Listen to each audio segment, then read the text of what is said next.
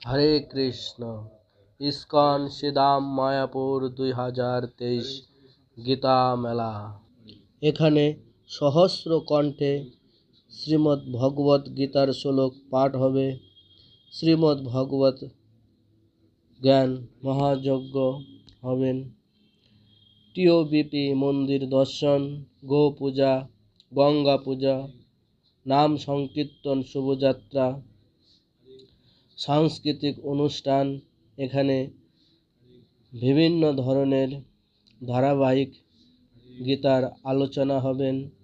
অনেক ইস্কনের মহারাজ এখানে এসে গীতার প্রবচন দেবেন। এখানে গীতা মেলাকে কত সুন্দরভাবে আলোকিত করে রেখেছেন আপনারা দেখতে পাচ্ছেন। এখানে ফুচকার দোকান, অনেক ধরনের দোকান আছে এখানে খাবারের।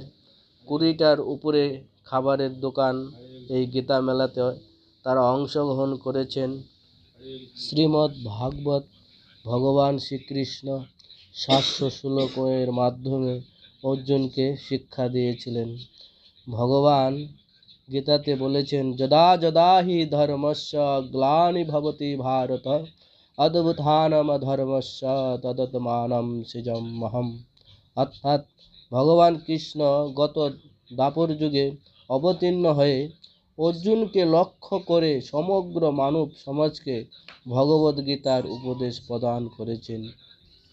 সমস্ত মায়াবদ্ধ জীব এই ভৌতিক জগতের শান্তি লাভের জন্য খুবই উদ্বিগ্ন, কিন্তু তারা শান্তি লাভের সূত্র জানে না।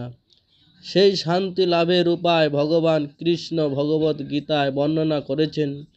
তিনি হচ্ছেন দৃশ্যমান ভৌতিক জগতের প্রভু বা মালিক, কিন্তু বদ্ধজীবেরা ভৌতিক জগতের কঠিন নিয়মের অধীন। তাই শান্তি লাভের জন্য বদ্ধজীব সদা সর্বদা সেই সর্বশক্তিমান ভগবান কৃষ্ণের আদেশ পালন করাই উচিত।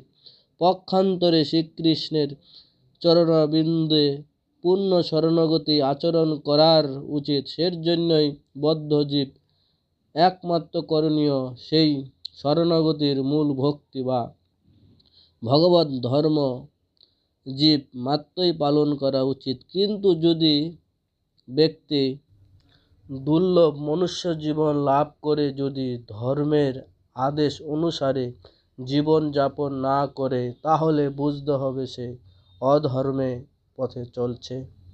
এইভাবে ক্রমশ ধর্মের গ্লানি হয়ে অধর্মের পথে চলতে থাকলে